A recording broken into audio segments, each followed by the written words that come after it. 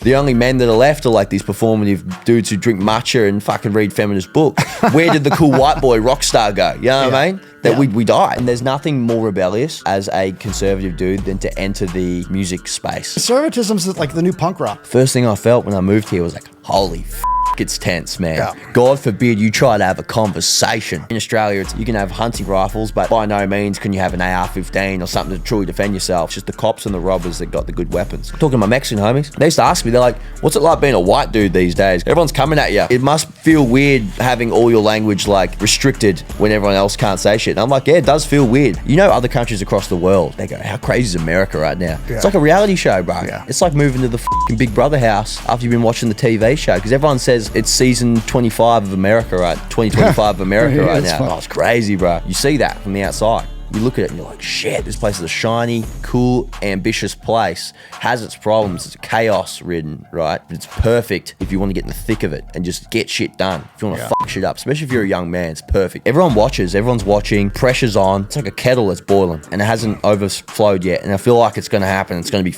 ugly. SLOE JACK. What's going on, mate? Welcome to the podcast. Hey, thanks for having me on, bro. Big fan. Thanks for coming out here, man. We're, I know you're a new Nashville transplant. Yeah, one of the million, mate. Sorry about that, bro. We need more like you, though. You know, instead of the. Hey, I'm not one of the Starbucks types, mate. The California types, you know. Yeah. I did move from California though, so you can lambast me for that, bro. But I'm trying to be Nashvilleian. You know what I'm saying? I'm trying to assimilate. You know. That. Well, as we were talking before, you're able to go 20 minutes outside the city and shoot guns and. Yeah. You know. Well, yeah, bro. Well, I grew up in Australia in a small town of like 50,000 people when I was a kid, so I can't do the big city shit. And I'm a musician, so I can swear in here, right? Oh yeah. Yeah. I grew up doing the big kind of small town shtick where you're on the river and things like that. So going up to LA and doing a music career and being signed to labels up there, it just wasn't for me, you know. I couldn't do the big like illustrious career shit where you're out these parties going to Soho. I couldn't do it, mate. All the people are just so fucking fake, and I need to go somewhere where we can go out fishing, you can go with your mates, you can go fucking off-roading or some shit. You didn't have the option to get outside. Felt like when I was in LA, you drive 3 hours, you're still in the city, mate. You can't leave, you know. So coming to Nashville is perfect. I can do all the music stuff, all that obligation shit, but I can actually do what I want to do, you know. Well, yeah. How did you get to LA from Australia? Well, so I was making music growing up in Australia. I grew up in this town called Bendigo.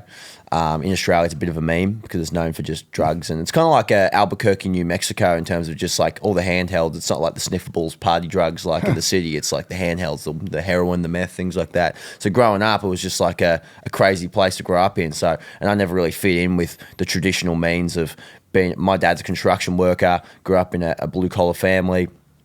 Went to different schools and things like that, but I never fit in with anything, bro. I hated school. I never went to school. You know, I used to rock up, you know, wearing fucking not the uniform, wearing whatever clothes I wanted to do and things like that. Because in Australia, you have to wear school uniforms, and growing up, I just never fit in with anything. And I just wanted to make music, man. I originally was a DJ. I love dubstep and electronic music and things like that. And then one day I was just like, fuck it, mate, I'm just going to make tunes and fucking take my chances and things like that, quit everything. And so I was just flipping burgers and making songs. And eventually I got discovered by my manager over there, Chad. He discovered me. I was living in my car at the time, making songs with a $2 microphone, things like that, living behind a uni on the free Wi-Fi and things like that. Eventually we made some songs that went quite well, and we got discovered, and we went to LA and signed to a label and things like that. But it's all a bunch of crazy shit that happened. But yeah, bro, all in all, it was fun. It was dope. I'm grateful for it, but bro, I fucking hate the city. Yeah. Fucking hate it. Like whenever there's cars and fucking traffic everywhere, mate, it does me in. Well, when you were living, you know, in your car behind, where was that, Australia? Yeah, in Melbourne, Australia, because the town I grew up in is like only a 2.5 hour drive from the city, so it was quite advantageous because I can drive to the city and do the music shtick. But yeah, I was living behind the school, mate. And how were you making music like that? So there was this like a, you know, when you see those outdoor power plugs that you'd use to plug in a leaf blower or some shit. I don't know, like when you see like those utility kind of plugs you can flip up with the flap thing. So I had a Toyota Camry.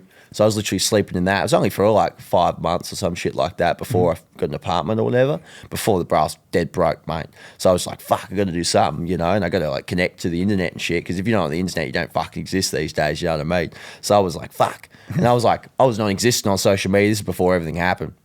I was just some stupid kid. I think I was like 19 or something. I don't know. But I'll plug my computer in there, charge it up, then go to my car, fucking record there, and then sometimes mid-recording I'd go, oh, fuck it, go plug my shit in. So I'll literally sit outside and people would walk past me and I'm like pretending I'm fucking one of them and shit. But bro, it was a struggle, mate. But yeah, we got it working. But fucking plug your computer in, plug your interface in, and that's it, mate. Where would you go to the bathroom? You go in, you walk in, yeah, you walk in the school. Because I knew a few mates that went to the school. The funny thing is, I had a little parking permit from the school because one of my mates gave it to me. He's like, and then people will like go, oh yeah, he's part of the fucking cohort, mate. But I didn't even fucking study, mate. You know what I mean? So it was good vibes, but I felt like an imposter walking around. But it was like, you got to do what you got to do, mate. Yeah, for Could have been worse, you know what I mean? I feel it's good fun. I mean, how old were you then? I think I was 19, 20-ish. I'm 23 now, so I think that's accurate. I'm not good with time. Yeah. But I think that's accurate. Around there, 19, 20. Because it was late COVID lockdown shtick. It was like at the end of the COVID bullshit when they started alleviating the laws and that. So I remember it was like the time where I could finally travel around and do things. But before that, I was stuck in with parents and things like that inside. Because in Australia, we had the fucking worst lockdowns and shit. Yeah, that was my next question. What was the lockdowns like? Mate, because I was in Victoria, which was the state where Melbourne's at. That's the state where they did like the heavy crackdowns. Yeah. Basically, fucking 2 years of just staying inside, forced fucking inside lockdown. I did like door dashing and stuff because I lost my hamburger flipping job. I worked at a burger joint because they were cutting back on staff because there was no money being made or whatever. I got fired from that. Also, I didn't fucking show up and I was doing drugs and shit. But anyways, I was at the house and I was like, fuck, I hate not being productive. I need to make some dosh, you know? So I went, started doing door dashing. And I remember it was that extreme that when I went down the road, driving down the road doing an order, cops pulled me over. In Australia, they pulled me over. They wind down the window. Hey, cops, how you going? They're like, what are you doing outside? What is your reason to be outside? And I remember hearing that. And I was like, that's the most fucking crazy thing I ever fucking heard. Yeah. I come from a Western nation that I thought was free, right? The illusion of freedom. And then you got these fucking police, the only people in the country that got guns apart from the robbers, right? Telling you need to like give a reason to why you're outside doing stuff. And I remember at that moment, I'm like, fuck, get me out of here. Yeah. I'll take any moment I can to get to America, get anywhere else, because the specific state I was in was insane. Well, I mean, so, you know, when COVID happened, I was disappointed in Australia. I was disappointed in Canada. I was disappointed in the United States as well. But, you know, like seeing the Australian people just seemingly fold to, you know, this tyrannical pressure it was obvious to me. What was it like being there? Was it obvious to you? Yeah, was it obvious to a lot of people? Well, you'd be surprised. You know how it works, like social contagion. Like you're in a position where everybody around you, because in Australia, just to set the scene, as you guys are Americans and that, you guys don't experience Australian media. Our Australian media is so corrupt. There is a leftist monopoly on the media. Okay. All of our shows, all of the news programs, all of the talk shows at night, things like that. They're all funded, run, and maintained by a left-wing agenda. Australia is inherently a left-wing country, a social democracy, as people call it. Similar to like the UK, how you see, when you see the commercials, those UK commercials, they're crazy. Like the forced diversity, all this shit. It's like just pushes this message constantly ad nauseum. So you've got this conditioned society of people who think that's normal, who thinks that's a socially acceptable way to be. You've got like blue-collar construction workers that are like, don't understand as well. It's like it's a weird thing. There is a right-wing, centre-right group of people in Australia, but they're very docile because the country is so abhorrently left-wing. So growing up in a small town that I did, you didn't feel it as much. You didn't feel that left-wing culture as much, but as soon as it came to your doorstep during COVID, and it was really confronting. But when there's thousands and there's millions of people that all believe the same thing, they believe you got to take this vaccine, got to believe the government, there's all these ads on the TV, all the propaganda, you're going to die if you don't do this. Yeah. You can't help but fucking believe it. Yeah. And I was a teenager. So when I was going through it, you tend to believe what the older people in the room are saying, right? Yeah. So you go, oh, look at the experts on the TV. This is before the big flip where everyone started to fully disrespect and not trust medical news and medical advice. Yeah. Because remember then it was like there's still a little bit of like, oh, trust the professionals, appeal to authority. But during then, man, there were so many people. The people were narking on each other. It almost felt like there was no other way to be. So to be an outlier was to be a martyr almost. You got sacrificed in a way. You know, you go outside for a smoke, COVID lockdowns, and then you see your neighbour peering through the curtains, counting the seconds that you're out there because it's been 2 minutes. You're supposed to only go out for 2 minutes or whatever. What? Yeah. What was it? So they would only let you out for a couple minutes at a time? I can't quite remember. It was a certain period of time. I'm pretty sure you could only go out for exercise. It wasn't 2 minutes. It was longer than that. But it was like you could go outside, get fresh air or whatever. Yeah. But it was so restrictive, man. Like it made America look like fucking Nirvana, mate. You know what I mean? Yeah, and didn't Australia have these camps for people that were quarantines? They call them. Quarantines. Yeah, quarantines. I got a mate actually at the show I'm playing tonight at the 8th Room. One of the bartenders, he told me he was in Australia to shoot one of the Thor movies. He went there and he got locked down for, this was just started COVID. He was locked down for like a month in this hotel, and they used to bring him food once a day, and he was like locked in this room. It's like a fucking prison. I'm like, I thought we were in fucking some free nation that liberated itself post World War II, but we're in some fucking, some communist hellhole, mate, stuck in these brutalist tall structures, stuck in these rooms because of some disease that's likened to the flu, mate. You know, it's ridiculous. But yeah, like Americans came in for a holiday, they were stuck here. So you touch Australia, you're fucked, you know. Yeah. You land on the soil, you're at the mercy of the people who run the joint. And ever since all the news came out that a lot of this was a bunch of bullshit, it's fucking embarrassing. Like, it's really embarrassing now looking back at Australia. Yeah, well, I mean, now, what have the gun laws been in Australia? So you can have, there are permits. You can have to have guns, weapons, firearms for hunting, things like that. A lot of people in the country have firearms, but there are rigorous background checks. There are rigorous people come to your house, they'll check, they make lists of where your guns are, where they're kept. It's nowhere near what America's like in terms of the gun freedom. You can have an unregistered firearm, whatever, in some states, whatever, open carry, things like this. So in Australia, you can have guns, you can have hunting rifles, but by no means can you have an AR-15 or something to truly defend yourself. But then you see, recently there was a guy who just shot up a place with an AK. There's people who got AK stockpiles, they got AR-15s. The only people that don't have like suitable weaponry to defend themselves are the civilians, the regular population. It's just the cops and the robbers that got the good weapons. So we got 22s or whatever. Yeah, it's not shoot a rabbit or a deer or some shit. Exactly. But you can't fucking defend yourself with a rifle. You know what I mean? Like in your house, someone comes up to you like a musket. Yeah. Well, when did that change in Australia? When did they? There was I think it was. Correct me if I'm wrong, but it was called the Port Arthur Massacre. I believe it was some deranged lunatic shot up a place, and they did a buyback, which is when you return your guns, you get money for it, you get cash for it. And everyone did it, right? Because everyone was like, we don't want to be one of those countries that has a bunch of school shootings or whatever. And as a result, we don't. But we're not safe, mate. Because then when COVID happened, we were just on our knees sucking dick, mate. You know. I mean, what do you think? Do you think it would have been different if the citizens of Australia were armed during COVID? Yeah, there would definitely be there'd be less of a, the government would feel less free to come in, right? Because you know how America works. You don't see the military or police ever storming Alabama or going there because there's what was that quote? There's a gun behind every rock and blade of grass. I think it was some World War II quote in America or whatever. You land in America, you're fucked if you try to take down the civilian population. That's why this place is such a beast because the American politicians are forced to try and win over the citizenry. Yeah. Where in Australia, they can just tell you what to say, what to think. They can, and what are you going to do? Yeah, what are you going to do? And they got the guys who know where your guns are, what guns you got, every person. They have a list of every person who has a gun, what guns they have, and where they're kept in their house. People go, it's for safety. No, it's for when they come in, they march in, they can just know where your guns are and what guns you got, so they can subdue you in whatever way. That's the way I look at it. Yeah. Some people call me paranoid, but that's the way I look at it, mate. If you don't have any defense weaponry, you're fucked. Yeah. Especially, I can't trust the government. You know what I mean?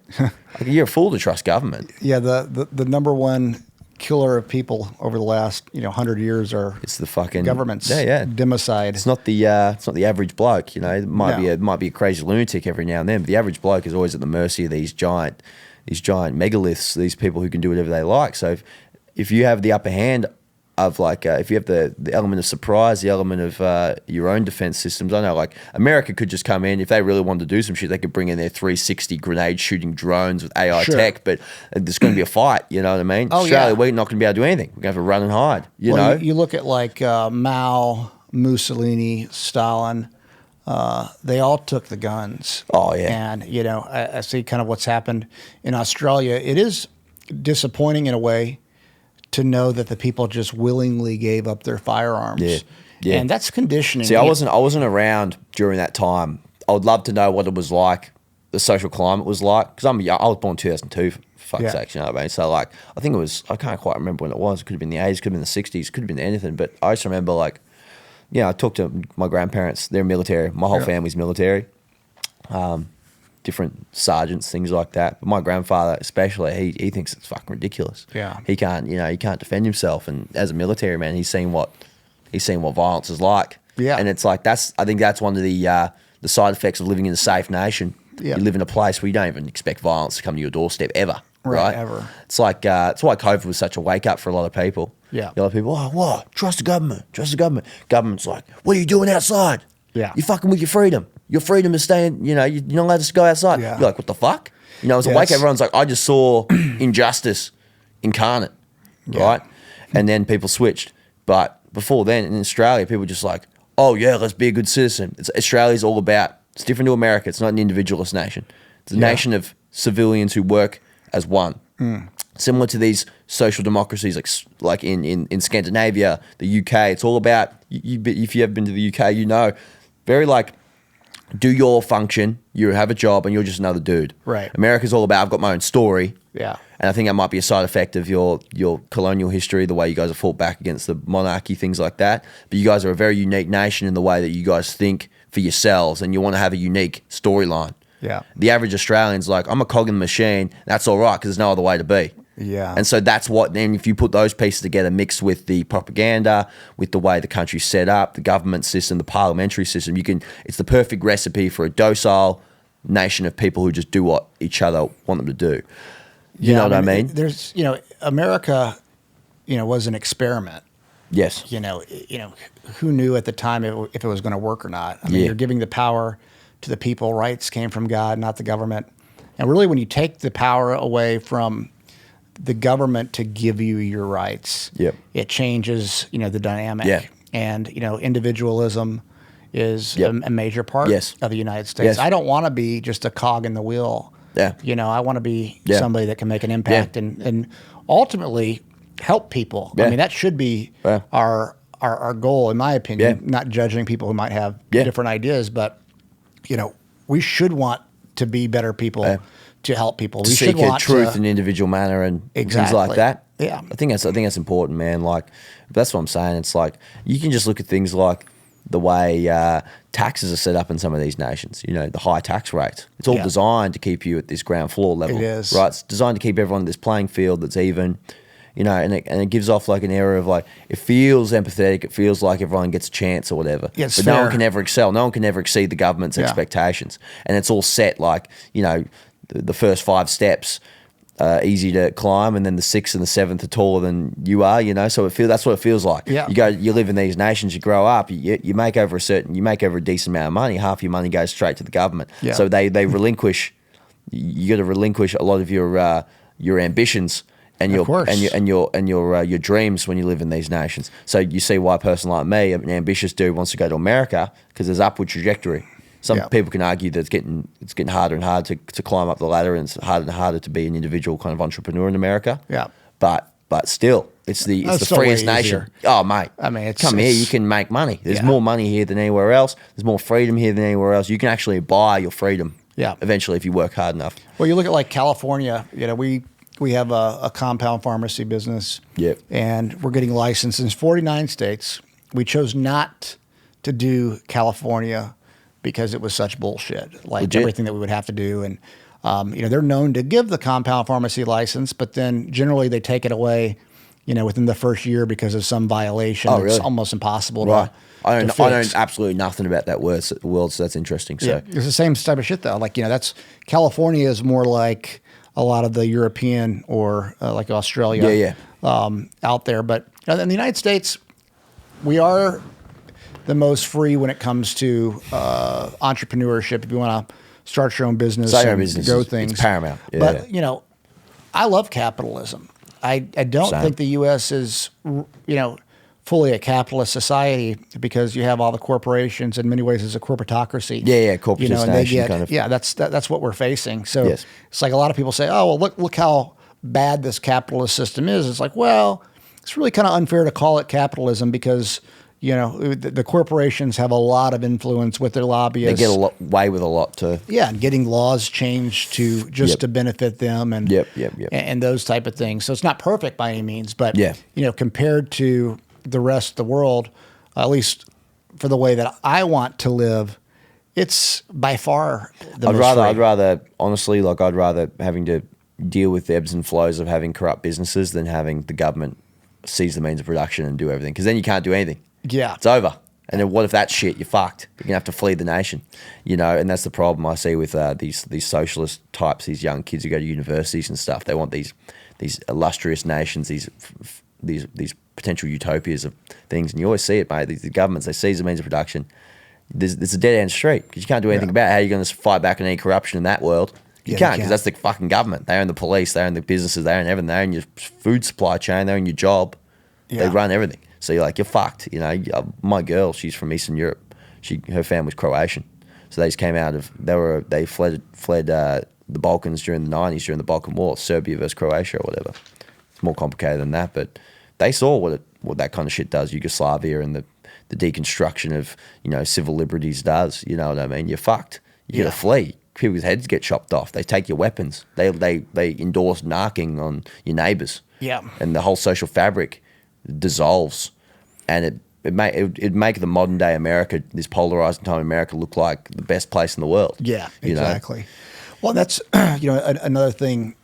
I look at immigrants that come to the United States, hopefully legally, but I've heard that someone that's an immigrant is 3 times more likely to become a millionaire in the United States than someone who was born here. Is that because true? They see the American dream. They understand some of the things that you're saying of why it's better, how much more opportunity there is. What does that look like to you coming here? No, I understand that because coming from Australia, you recognise. I love Australia, by the way. A lot of people say, "Oh, Jack, do you still love?" I'm an Aussie patriot as well, but I feel like my duties lie in America right now, so I can build a healthy life for myself, so I can come back, build a business, go back and benefit Australia and help Australia with its problems.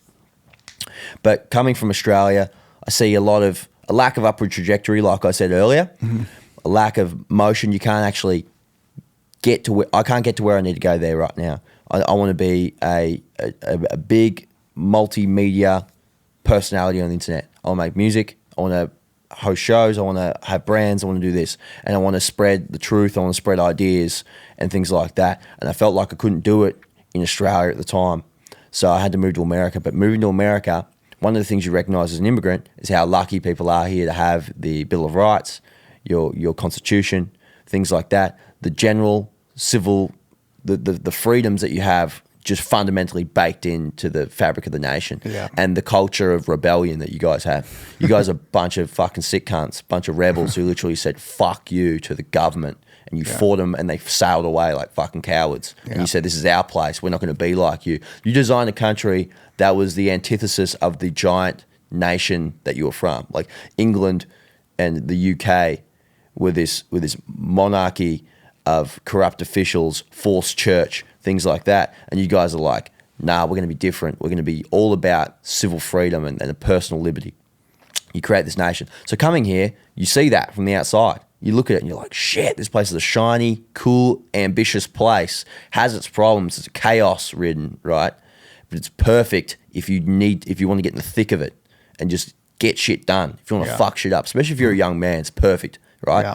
So coming here, I look at it and I'm like, there's nothing better. So I look here and you come in and you're not marred by the fluff and the propaganda that some people get raised up here, like the big pharma stuff.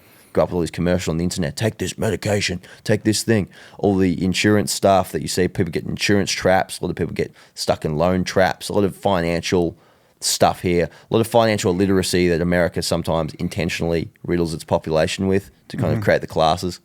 So you come here with, as long as you're smart enough when you come here, you can make it work. But that being said, it makes sense that a lot of immigrants come here and they get successful, because to come here is a privilege in itself. Yeah. So to be able to come here, you're pretty lucky, and you must be doing something. Yeah, exactly. Because I wouldn't be here if I wasn't making successful music in the first place, right? Yeah. So, well, that's one of the weird things about, you know, the illegal immigration that's been happening in the United States, is because, you know, where someone like you comes with that mentality and that understanding, and most of the previous immigrants were coming with that mentality and that understanding. We're getting people in now that don't love America. Yeah. That are, I mean, it's weird to me to come to a country and hate it. Yeah, well, you're pumping out people in the university college system who do that too. They're teaching anti-American propaganda everywhere. Yeah. I don't know how or why, but you see these kids, mate, these blue-haired retards coming out of school holding signs, they don't even know what the fuck they're talking about. They're like, America sucks, we need a social democracy. I'm like, dude, you don't even know what the fuck that means. You're a stupid retard. You grew up and you go to UCLA, your dad's he owns a hedge fund. You know what I mean? You don't know what that means. Yeah. And you spit in the hand that feeds you, you know, and that's unfortunately the side effect of having such a prosperous nation. You got people who don't even recognize it. A fish doesn't know it's in water, mate. Yeah. People don't know how dope this place is. I feel like that's another thing, like we tapped into earlier, an immigrant coming in. We got gratitude, mate. We come here, we're grateful because we're like, holy shit, I'm in America. Yeah. Holy fuck, you know, I can do all this shit. When I came to America, I'm like, no fucking way I'm in America awesome. right now, dude. I'm so stoked. I'm going to do everything in my power to stay here and not get kicked out. You know what I mean? Because you guys got tough laws. If you fuck up, you're out. You know what I mean? So it's like, you can't fucking break the law, nothing like that. So I came here, I'm like, I'm going to be a good kid. I was a little shit growing up. Like, I used to fuck around all the time back home. So I'm like the best citizen right now. First time in my life, because I love America, mate. I want to make sure this place stays awesome, right? Yeah. But yeah, bro, you got anti-American propaganda getting taught to schools. You got immigrants coming in with an immense hatred for the nation that they come to take advantage of. Yeah. I think it's generally just fucking disgraceful, because it's offensive to the people who grew up here and built this place for starters. But what a counterintuitive idea, going to a nation and just not liking it. No, it's wild, and you know, now.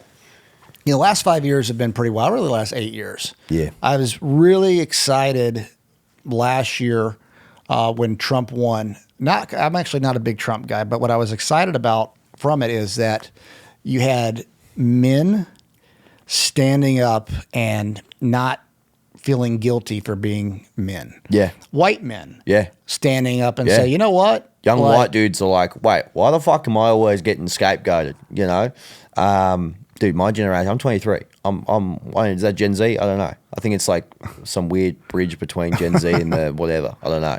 But, bro, young men my age, we're finding God again. Yep. We're sick of fucking all this degeneracy.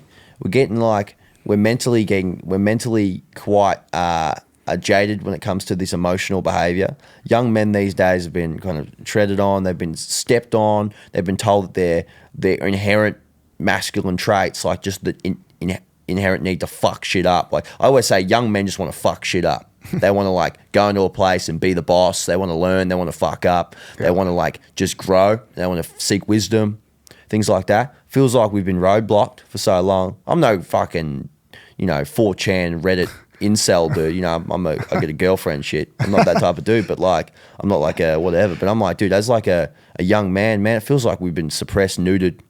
We grown up, the millennial generation, dude, they were neutered as fuck, dude. Yeah. No offense if you're watching this, mate. But like, I know millennial dudes, they tell me all the time, they're like, dude, I still feel weird trying to talk about this shit because, in like growing up in the early 2000s, things like that, this was been so taboo. This is like the birth of this liberal kind of left-wing bullshit. Yeah. So young men my age, bro, we're rolling, mate. Yeah. The majority of us are like me. The majority of us are like you. We're like sick of being told what to do. Yeah. We're sick of being told what to think and sick of being told that not giving a fuck's a bad thing. Yeah. We just want to be cool and just fucking get shit done, mate. Yeah. Yeah, it's what it's about. Be men. Yeah, be men. But it feels liberating, mate. I can't believe just being allowed to just be who you are is fucking liberating, But it goes to show how fucking suppressed we've been. Well, it's nice to be, when people call us toxic, it's nice to be able to say fuck you. Oh, bro, I love, bro. I mean, like, one of my favorite things, I love calling people gay and retarded. I go online, do one of my favorite things you can count what I say. I think my top words are fucking fuck, shit, piss, fucking gay and retarded. I've got a shirt I dropped called California is Gay. I call whole states gay. I made a shirt called New York City is retarded because of Mom Dani or whatever. And they're like, bro, it's fucking fun. Yeah. And young men everywhere are just like, this is fun, dude. Yeah. Like, we just like something about being insensitive is manly, you know what I mean? Well, being an outlier, being a lone wolf, you know what I mean? Because as you were saying, we were neutered for so long. I mean, that was the thing. It's reactionary to the... Yeah, it's like, it doesn't mean... It actually doesn't mean that we're actually insensitive. It means that what we don't agree with their definition or interpretation of what's... It's a form of like linguistic protest, right? Yes. Saying like, I don't like the restrictions you've put on language, the compelled speech, me having to tell a dude that it's a chick, me having to say, having this soft language and shit. Yeah. You know, there's this George Carlin comedy, you know George Carlin? Yep. He had this whole comedy bit on soft language. He called, what they call it, don't call it toilet paper, they call it bathroom tissue. They don't call it shell shock, they call it PTSD. They call it things like that. Yep. He was talking about the degradation of language and to make it soft and inoffensive and how that actually affects people. But, you know, the way I look at it, I'm not calling people retarded because I actually think they're a retard, like they're mentally handicapped or, you know, insipid or whatever. I look at them and I'm just like, that's a way that I protest against the language restrictions. Yeah, no. And it feels liberating. I'm not actually calling people gay because they're gay. I'm saying it because it's like the wrong thing to say. Well, and out of protest, it's like a punk rock thing to do. Yeah. You know what I mean? Well, if you were to call me retarded or gay, I wouldn't be offended. You wouldn't be I'd like, you think I'm a homosexual. Yeah, no, it's like, no. You? Yeah. Your language is offensive. Yeah. But that's like, unfortunately, that's what we're going to have to deal with the new generation. Right. We're going to be like that. And that's what we're going to be like for a long time. Yeah, absolutely. And that's what the culture's going to be like. And then down the line, people are going to be like, why are we so fucking... It's going to be like the 90s when everyone was so sexual and fucking vulgar and shit. People have been like, oh, let's tone down on that eventually. That's what it'll be like next decade. Yeah. But for now, it's going to be fucking hilarious, mate. Well, just think about how selective it was, too, because... You know, in general, you know, you could have certain groups of population say certain things and it not be offensive. But if you were a white male, you know, it's your toxically masculine, if you're a cracker, spewing mate, hate. you can't say shit. Yeah. You know? And you couldn't, there was all these things. Like, you can't even talk about certain things. Right. Like, I got shit tons of mates of different walks of life. The great thing about coming to America, you meet all these different races of people. I was hanging out in LA in Culver City. That's where I was living. Mexican area, mate. Just super Mexican area. I was living in an area where there was goats and chickens roaming around and shit. Talking to my Mexican homies. They're like, they used to ask me, they're like, what's it like being a white dude these days? Because everyone's coming at you. Because the Mexicans, they get it. They get it. Yeah. Because they're like, you know, they're insensitive too, mate. They're probably the most racist fucking people ever. But they're just like, they tell me, they're like, it must feel weird having all your language like, restricted when everyone else can't say shit. And I'm like, yeah, it does feel weird. But I remember talking to different people and they always ask that question because everyone notices it. It's not just white dudes who are like, what the fuck? Like, my black homies, like, I miss when white boys were like rambunctious and shit, when they were just saying stuff. Yeah. I miss that cracker shit. When they weren't neutered. Yeah, and now it's just the only men that are left are like these performative dudes who drink matcha and fucking read feminist books. Where did the cool white boy rock star go? You know what I mean? That we died, you know? And so the fact that it's back, you know, everyone's happy. Yeah. You know, the only people that aren't happy are the people who push this bullshit, you know? Well, do you think, like, you know, 15 years ago in the U.S., so like 2010, you know, there's charts showing race relations were actually really good. And when the media started talking about, you know, constantly racism or white supremacy, that's when it started getting ramped up. So it's completely manufactured outrage. It is. And that's, you know... I mean, do you not like black people? I fucking love black people. Of course. One of my best friends is a fucking black dude, and I think he's the coolest motherfucker on earth. I live in a black neighborhood in Nashville. I live in a hood. Like, I'm not rich. Like, people don't know this about me. Like, when you're big on social media and make music these days, you don't make money. Like, it takes a long time to get like this. Well, do you judge people by the color of their skin? Huh? Do you judge people by the color of their skin? No, fuck no. Of course not. Of course not. Well, I grew up in a fucking Would you, multicultural if you neighborhood. saw some black dude getting bullied, would you stick up for him? Yeah. Of course. Of course I would. So it's like this idea, I think the definition of racism has changed. It means something else now. Yeah. Because now the left would like to say we're all racist in these ways because of white supremacy, and they give these long, idiotic type, answers to it. But the reality is, like, when I grew up, somebody who was racist, if you'd have called me racist 25 years ago, I'd fight you. Yeah. Well, it's a very extreme term, bro, especially, and the term Nazi as well. People be calling people Nazis and fascists all the time. That's very extreme shit. That means, you want the oppression of groups of people. You want racial cleansing, things like that. It's ridiculous.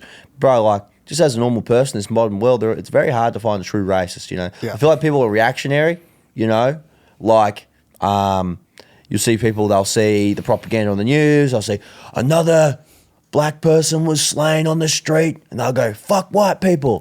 Or you'll see, like, another white girl was killed on the train. You see white guys go, what the fuck? Yeah. But all in all, you're in the street, you're at the shopping mall, you don't give a fuck what they are. Right. Honestly, mate, I honestly never think about race, man. Like, because I'm in the music business. I'm naturally a more tolerant person than the last, because I'm inherently, I'm an artistic type, right? That's why conservative artists or whatever, like not woke artists, are kind of hard to find generally, historically, not really right now, because everyone's popping up like, fuck this shit. Because everyone, if you're, even if you're a 90s liberal, you consider fucking fascist these days. But anyways, dude, I'm inherently a tolerant dude. I grew up listening to all kinds of music, bro. I'm inspired by black culture every day. I'd be a hypocrite to be a racist. You know what I mean? I'd be inherent moron to say that I don't like black people because I'm inspired by their hip hop music, their culture, their food every day. And so you reap the same thing. That's why we're going back to the America thing. You grow up in a country that's not America. You move there with some kind of snide remarks, and you have this disdain for a country that made all your stuff. It's the only reason you're not speaking Japanese. You know what I mean? Have some respect. You don't have to respect everything someone does or a group of people does, and you can identify that you're different. Right? That's a big thing. People have been trying to tell everybody we're all the exact same. No, we actually have different cultures. Yeah, absolutely. And sometimes the look and the color of our skin represents those cultures. But a lot of the time, we are different. You talk to, the black community is different from the white community, it's different from the Hispanic community, it's different from the Asian community. That's just facts. The fact that they've been trying to tell people that we're somehow supposed to be some homogenous society of grey goop that doesn't have any inherent differences. It's ridiculous. Well, and coming from Australia, which is very, very white. America is very diverse. Cool. What's that like? The differences in that, where you do have a society. What percentage of Australia is white? I'm guessing it's the vast majority. It'd be like 70 or 80%. Okay, yeah, and the U.S. is about what, half? It's half, 50%, something like that. But what was I going to say? Growing up in Australia, bro, I grew up in a multicultural neighborhood. When you grow up in the country, you grow up around all different people. I grew up around Samoans, I grew up around Tongans, grew up around Asians, Thai people. Like I was homies with those people. Like growing up, like because when you grow up I went to different schools, but all in all, when I was in my mid-teens, I was on some white trash shit, hanging around the meth heads, hanging around the wrong types of people. But I found solace in those communities, man. The groups of people, I hung out with Filipino gangs growing up, the people used to the machete gangs and things like that. And I grew up around all kinds of people. So I grew up around a low class multiculturalism, but I thought it was really cool to move to America and just see multiculturalism everywhere. And just everywhere. You'd see them everywhere in the government buildings, things like that. Different types of people.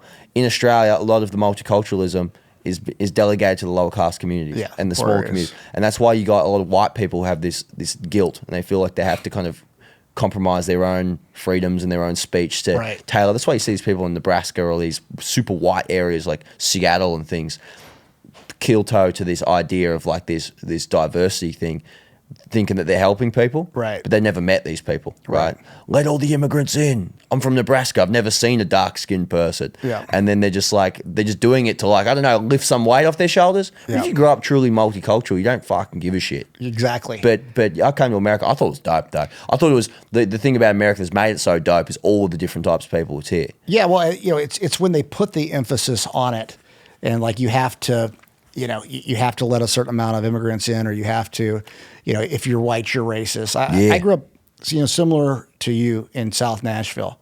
And it was a very Nashville's diverse. Completely different. I was watching Cops last night, mate. I saw Nashville in the 90s. Oh, I saw Gatlinburg, mate. I was like fucking Baghdad in 2003, mate. Yeah, they would go at it. Fucking crazy. It's The like a war zone. The cops were wild. I mean, this area here, I mean, it was the straight up hood. Oh, in the 90s. I mean, you had crack houses up and down these streets, and you wouldn't see no Lululemon blonde chicks running around. Not at all. Sipping Not at matcha all. lattes and shit. Exactly. They would never jog in this neighborhood. Oh yeah, 25 you years wouldn't ago. walk outside. You know. Yeah, but what's interesting, so like, you know, East Nashville is a very liberal area. Yes. And you know, we've had some deals with the cities where we've had to get zoning or, you know, exceptions or permits, et cetera. Right.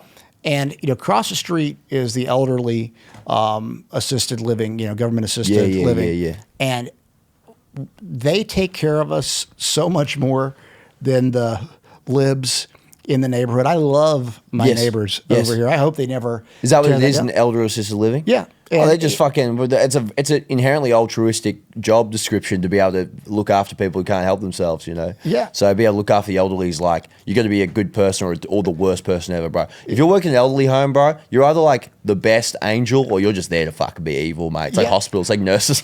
Well, we actually had them come like during a hearing. We had neighbors from across the street come to the hearing to testify for us. Right. And then the lib neighbors, you know, thought, well, how much? The question, I mean, how much did you pay them? I was like, Wait, testify against what?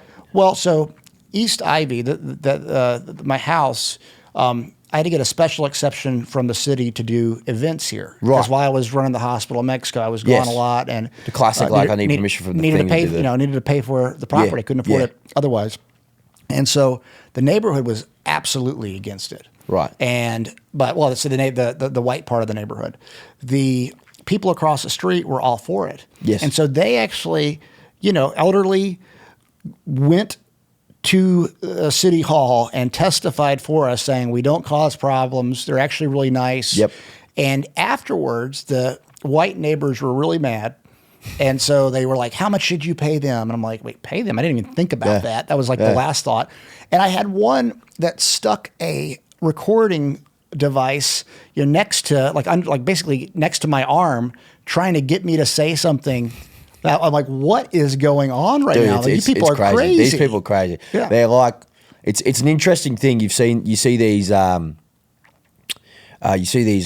upper class white people.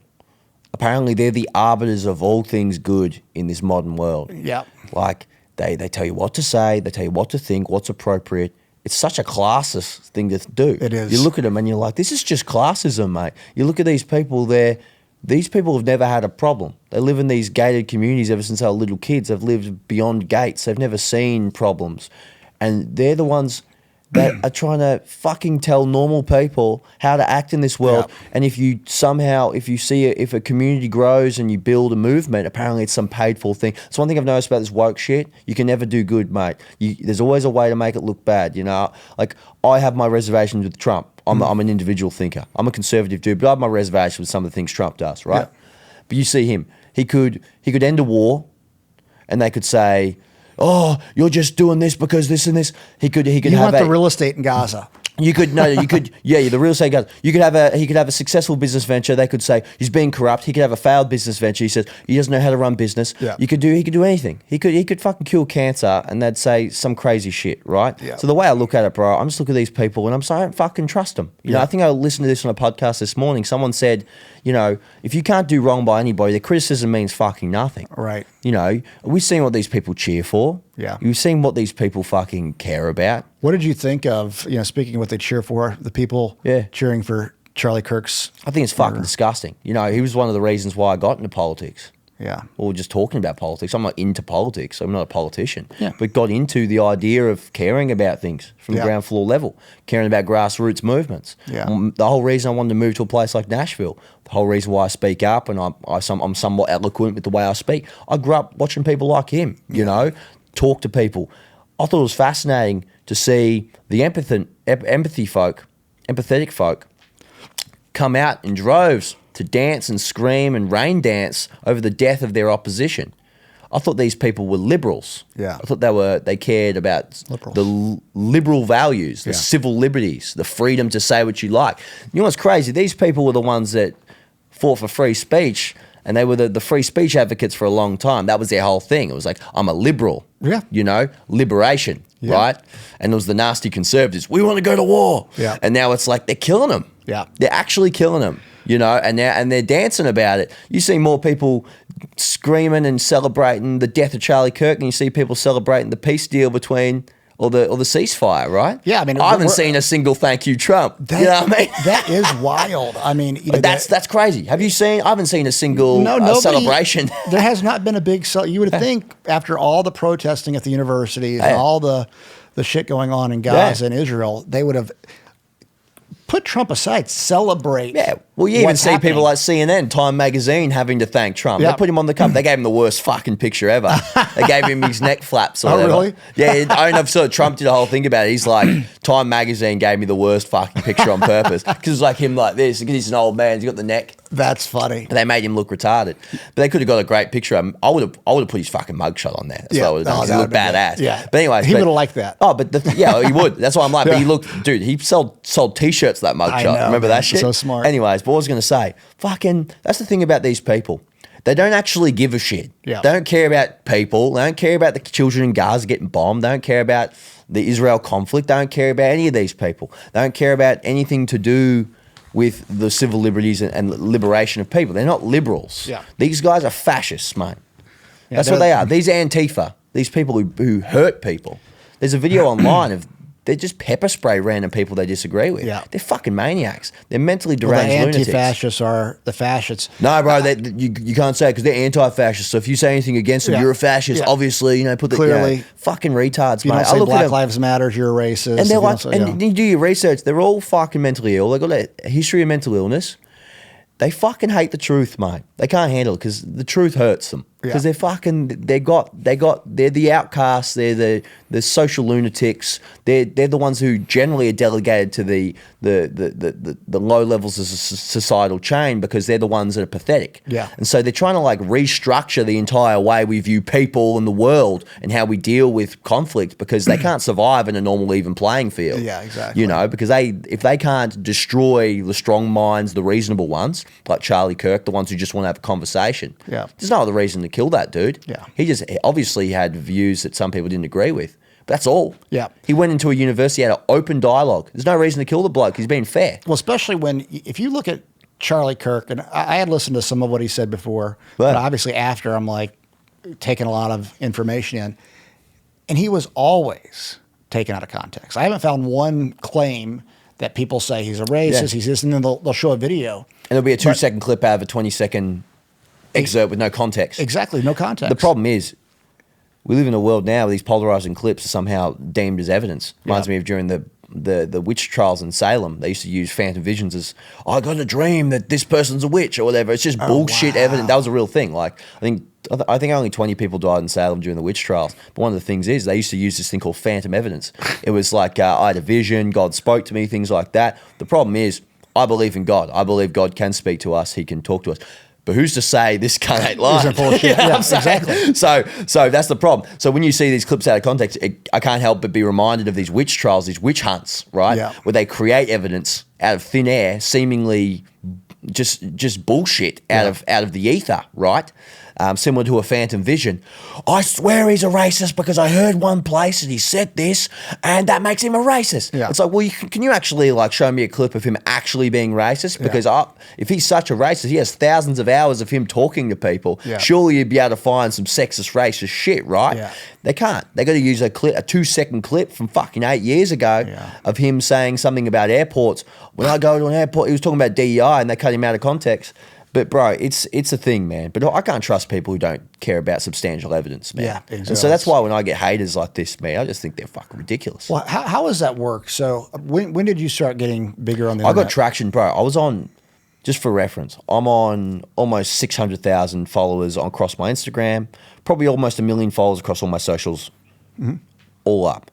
March this year, had only like 3,000 followers across all my socials. So shit's blown the fuck up over a matter of months. Yeah. Right? Wow. This has been I'm 23. It's my Jordan year for a reason, mate. Fucking going great. Alley-ooping, mate. But bro, it's going that wild. But one of the things I faced initially, this is an interesting little anecdote. When you're in the music business, you build your initial small fan base that you interact with. My original fans were woke as fuck. Because I started making music. I was on tour. I was opening for artists, big tours, playing in front of thousands of people. but never having my own shows, never having my true fan base. Yeah. So when you start making music, you got to seek out other fan bases, things like that, gain fans from other places. Generally, music audiences tend to be abhorrently woke, and the people who aren't woke, they're afraid to speak up. Like you'd be pressed to find a person that goes to a rave or a punk rock show who will talk about their open conservative values, even though you look at the election results, that's the majority of people. Yep. Once I came out, started talking about my belief system, I never talked about it. I felt like a pussy for not talking about it. And I'm like, fuck, I got to be more honest. I feel like I haven't spiritually paid any dues, and that's why my career feels like it's rolling in the mud. I feel like I'm bogged because I feel like I'm holding back on who I am, right? I talked about this. To be non-authentic. Yeah, being non-authentic. Yeah. So I'm like, I'm going to be as authentic as possible. So around March, I was actually living with my manager, Chad. You know, we were low on money. We were like thinking, oh shit, like shit's rough. Nothing to lose. Let's be as honest as possible. Let's just talk, because it's either that or be fucked. You know, started talking about my beliefs. I made this video called "The Left Has Lost Its Mind," and it's talking about how it was during the early Elon Musk shit when they started really kind of fucking with him, right? That's when it really started popping off. I made a video about how they're just blowing cars up because they don't like the guy who makes the cars, and it's owned by a normal person. And had it got millions of views across Twitter, things like that, blew the fuck up, right? But the main thing that I noticed was the initial core fan base that I built, those woke people, they weren't tolerant of my ideas. Yeah. They didn't like the idea that I had different opinions to them. Yeah. They were burning my merch. I was getting death threats. People saying they were burning your merch. Dude. I had a Discord server, which is like, Discord. Have you heard of that? It's like, it's like chat rooms or whatever. You have it. It's a good thing to have when you have fans. They were fucking burning my merch on video. There were these transgender fans or whatever saying, "My name's SLOE JACK and I'm retarded," shit like that. I wish I had one of them. I'd show it to you, but what I was going to say, but it was fucking hilarious. Yeah. But I remember like going, what the fuck? Yeah. I thought I was supposed to be I thought part of me was supposed to be intolerant because I'm conservative. We've been told to feel guilty about our family values, our traditional values. Apparently we're intolerant. But I didn't give a fuck that these people were woke. You know what I mean? I don't want to take any of their lives away or any of their rights away. I just have my own values. I'm a Christian. I want a wife, stay-at-home wife. I want to have a traditional existence. Yeah. But I don't give a fuck what you do. You can have hot candle wax stripped on your nuts by a dominatrix. I don't give a fuck what you do, dude. You can be into whatever. I don't give a shit. But these are my values. And I'm an artist and I'm supposed to express myself honestly, right? Yeah. So when that happened, I was like, what the fuck? I was checking my DMs. I'm going to kill you and shit. I'm like, dude, that's extreme. Yeah. It was only until Charlie Kirk got assassinated that I knew these people were serious. Yeah. You know what I mean? I was like, because originally I thought these guys are fucking losers. Yeah. I'm like, you're just a fucking autistic nerd who just says they're going to kill people. Yeah.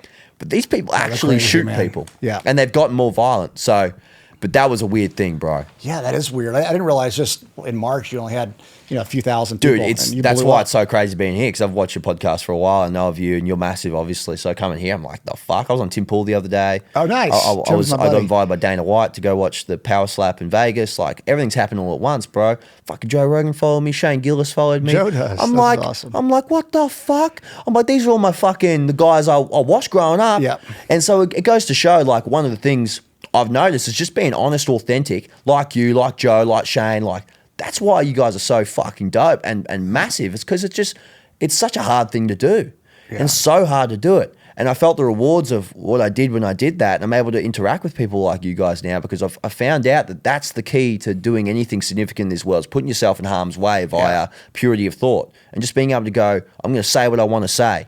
Yeah. So, and I used to wonder, like, how did Joe Rogan become such a dominant force in the podcasting world? How did you become that too?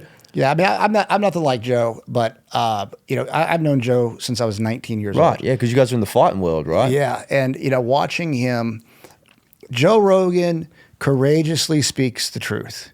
Yeah, and Joe Rogan will change his mind if he gets better. Well, you've seen his evolution. Oh yeah, dude. Because I've been watching him since it was Bob Lazar, the UFO dude back in the day. He was like, dude, I worked on alien ships. They're made of ceramics, not metal and shit. But no, dude, I was watching that. I remember watching his evolution. But I think it's a testament to just being a true human being on camera. It's hard to do. You probably know that. I don't know what your experience has been when it's like when you started doing this. Yeah. But did you get more comfortable? Being yourself, or were you generally kind of that kind of person beforehand? Yeah, so the evolution is kind of interesting because I had a radio show back in the MMA days for this is on FM, so you couldn't say certain things, obviously. FM radio. And that was, like 2003 to 2011 or so. And then I had a political podcast. I was a big Ron Paul supporter. Right. Called The Freedom Cartel. This is years ago. That went on for about a year. And then, this is like a secondary thing for me. I mean, my focus is my companies, and got 300 employees, and it's a stuff to do, job. Yeah. But right before COVID, I had started a new podcast, right? And for that podcast, I was very careful what I said. You figure like into 2019, it was a weird time thing for everybody. Even if you wanted to be a free thinker, good luck, you'd lose your fucking platform. And so I was being careful, and then we started this podcast 2023, I believe, June 2023. All right, so actually, it the hasn't first been around that person long. we had on was Jake Shields. Jake's an old friend of mine. Oh, right on. And this is before Jake had kind of taken the turn how he feels about Israel, but that was the first one, and then we grinded it out for about 18 months, and then just starting the podcast back. Right on. But I say all that because for this podcast, I haven't held back. I mean, I think we've talked about everything. Yep. One thing, I was talking to Warren and Matt about this recently, though. There's such division. I'm worried that we are going to have a civil war in the U.S. And, whenever we're talking about liberals and, libtards or whatever, we call them, ultimately a lot of them might be our moms, dads, brothers, friends. I have a lot of friends that are liberals, and actually they know me. They can talk to me about all this stuff, and we have healthy debates. Yes. And so I don't experience the polarization of, people don't want to, or like my friends aren't my friends anymore. But where we're at now, I mean, my girlfriend, soon to be fiance, she lost her best friend who she was the maiden of honor at her wedding about a year and a half ago. Legit? Because and she's not a Republican. She has very liberal views, some conservative views, and she just spoke them out loud. So they put her, and they saw me at, I spoke at the Maha inauguration. Right. They saw me with Maha, and they're like, oh, it's all Trump and this and that. And I'm not a big Trumper either. I like a lot of what he does, and I have issues with some of the other things. But they put her in that category of all or nothing. If you have one view. It's pigeonholing. Yeah. And so I saw that division and, some of the other things that she's faced. And it's really, and then I look at where we're at with society, and I'm afraid we're going to have a break. And we've got to figure out a way to build bridges with the other side to where, and Charlie Kirk was trying to do this. People missed that on the left, what he was really trying to do. Yeah. He was trying to have honest dialogue to where we could have disagreements and still like each other. Yes. Ultimately, I believe he was aiming to change their minds in order to bring them over to his side. But honestly, he was trying to extend an olive branch as a sign of peace, right? Absolutely. It was a very it's a really good thing to do. But honestly, bro, I think with the death of Charlie, I feel like it did a lot of harm for the social fabric, but I also believe it's done a lot of good for waking a lot of people up to the severity of how far we've gone. Absolutely. And I feel like it's obviously got to get worse before it gets better. That's how it works. It's got to get so bad that people go, holy fuck, I can't survive in this world that's like this. We've got to make a change, right? Similar to the early days of America, right? You guys were getting treated like dogs by the Brits, right? And you're like, fuck your tea. But what was I going to say? But at the time, so it's like, but bro, so the way I look at it, I'm like, Charlie Kirk did achieve his purpose at the end of the day, but unfortunately is with his life, and he had to put his whole life down. Yeah. But I think it woke a lot of young men up, woke a lot of people up who generally had no reservations at all. Made people really reevaluate what they believe. A lot of left-wing friends of mine they had to confront themselves and go, why am I satisfied at this? Right. Why is this something that I thought needed to happen? Yeah. Actually didn't need to happen. So you see a lot of reason that's happening now, and so with all the mar of the mud and the dust and things like that, you do see a lot of good that's coming out. Yeah. But yeah, unfortunately, it has to come with blood. Unfortunately, so yeah, that's my thought. The next 3 years could be really fucking crazy. Yeah, it will be probably. It's fucked up. And I'm like, as someone who's not from America, I haven't felt the tension in the air, because the American political world has always been tense. You're one of the most highly politicized nations in the world, very polarizing nation. very individualist, like we talked about. So people believe what they say is gospel all the time. Everybody thinks they got it worked out, mate. You know, you go. Everybody's right. Everyone in the other country's like, yeah, I don't really know what the fuck I'm talking about. So I'm gonna trust the government, whatever. America's like, nah, dude, they're fucking making the frogs gay. Fucking UFOs, the fucking UFOs. And then the people are like, no, you're bullshit. So it's like everyone's so like they're like sticks in the mud inherently just by the way you guys are brought up. Your culture, it's American culture that creates that. By the way, it's very unique to America alone, nowhere else. The individualism, but with that, bro, fucking hell, coming here as an immigrant, someone who's kind of open ended. When I was a young kid, I was a little bit more liberal than I am now. I was kind of like give people the benefit of the doubt. I believe, maybe this thing, maybe this, conservative stuff, whatever. Maybe turning the frogs gay is good. Yeah, maybe gay frogs are great. They taste great. What was going to say, frog's legs. But yeah, mate, so coming here, I was like, first thing I felt when I moved here was like, especially to California, holy fuck, it's tense, man. Yeah. God forbid you try to have a conversation. Oh, yeah. Fucking hell. Other countries across the world, they just talk about, like, they go, how crazy is America right now? Yeah. It's like a reality show, bro. Yeah.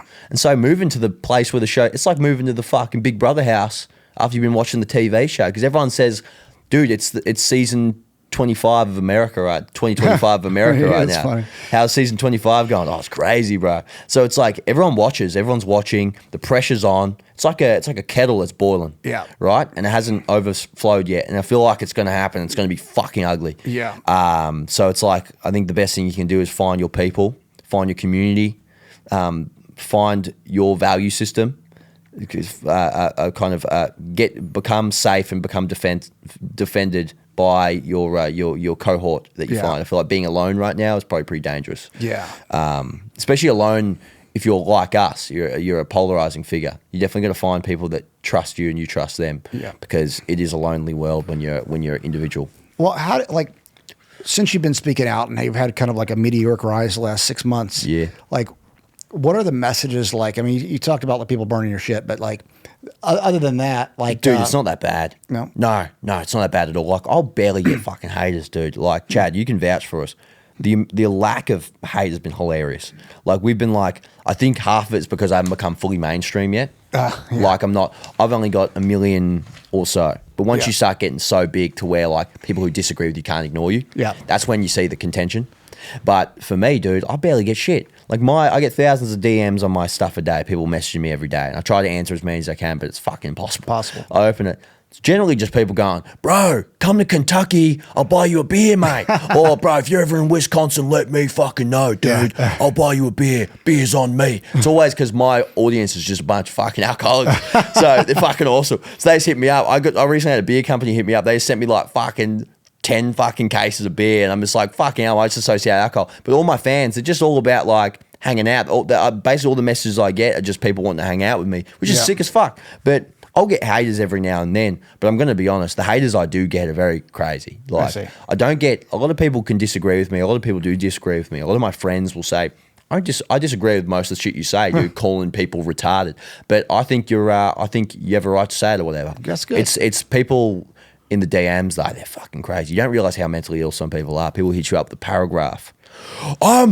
You called me schizophrenic. This and that. I'm going to come to your house. And I'm like, what the fuck? Like, people actually feel like personally attacked. Yeah. And so they come after you, but you ignore it. Yeah. You ignore it. They're probably in a home somewhere.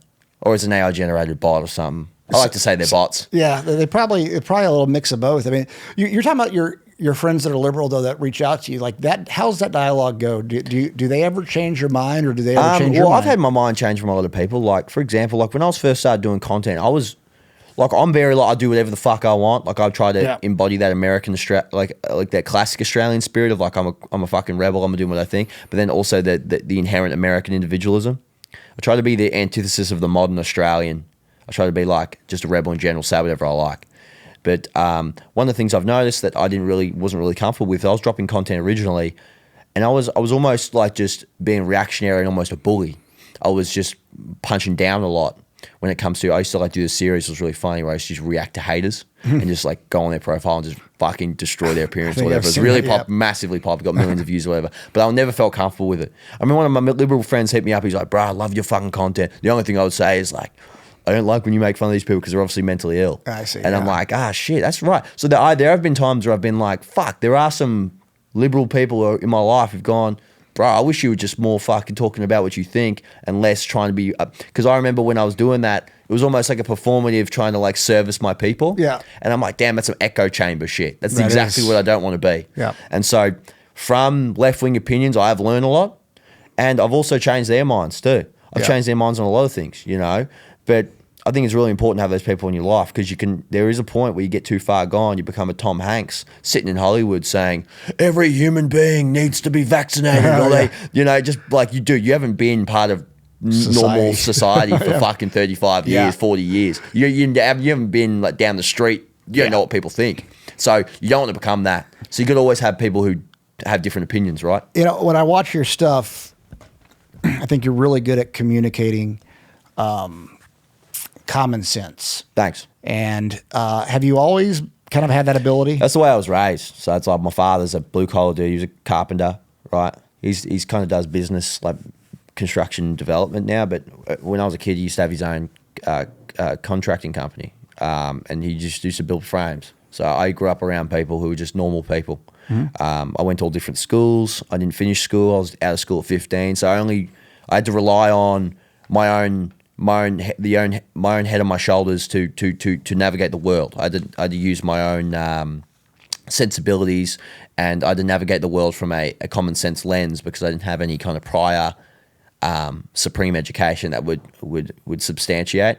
So going around the world with a father who taught me just fucking look at the world for how it is, black and white. What is this? What is this? And that's kind of how I was raised. Don't be a pussy. Fucking get shit done. Like I grew up with a single mother. I only really got back in contact with my dad when I was like fucking 13, 14.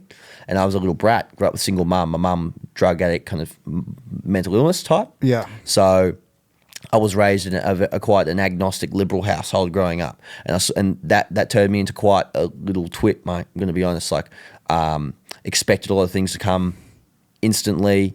Mental illness became just a general part of life. You came to expect being around people who were deranged, lunatics. Mental instability was just a normal part of life, and that's something to come to expect. And not wanting to work, things like that, never putting in a hard day's work because you have mummy at home or whatever. How did you meet your dad then? Met my dad through because I left the home because it was a pretty violent house I grew up in. I should have probably prefaced that, but I left that house and I was living with grandparents at the time, and I was like a piece of shit, you know. I used to like just do drugs and do all crazy stuff. I OD'd on cocaine, did all kinds of stuff growing up as a kid. You know, I was on some real rock star shit. So I got all that. I was like 16, 15, something like that, maybe even younger.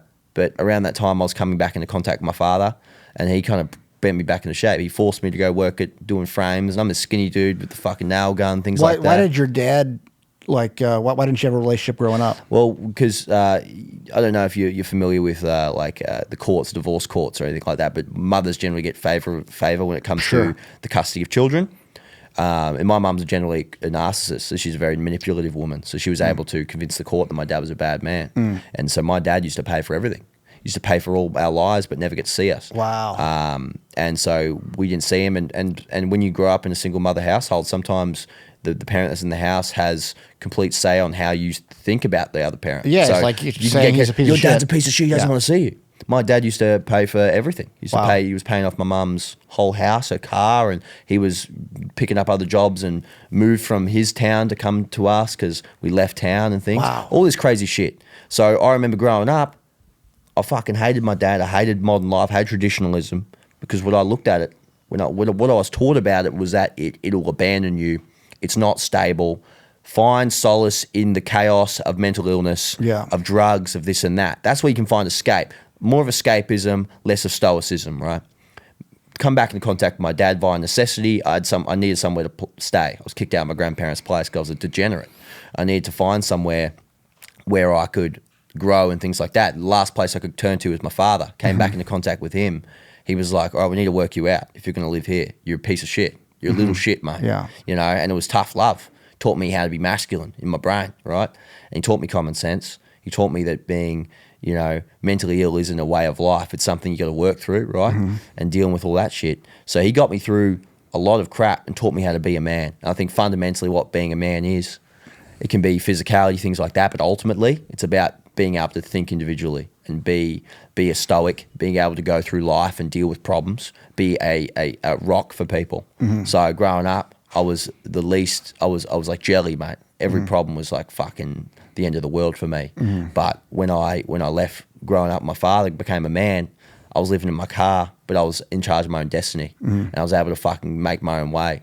When I was living in my car, I didn't even call my dad because I'm like, I want to fucking work this shit out. Yeah. And I did, right? And there's something about that made me who I am. So the way I look at the world now is a side effect of growing up in a tough love household where it's all black and white and things like that. There are bad things that come from that too. Like sometimes, like I have a girlfriend, sometimes hard connecting with her emotionally because I'm not like an emotional dude, right? I don't talk about emotions enough or whatever. But ultimately it's helped me in the long run, you know? I don't know where I'd be if I stayed in that left-wing woke situation I grew up in, right? Yeah, well... And that's kind of why I'm so outspoken on it, because I've seen the two. Yeah, well, you think about if we tell people constantly they're marginalized or they can't get ahead or you're never going to be this. Oh, yeah. You know, the biggest risk to me is they believe it. If they believe it, like, you know, the kids in the hood, they're never going to get out of it. And so it sounds like what happened to you is you had kind of an awakening when your father came back into your life. Yes. And he taught personal responsibility. Yeah.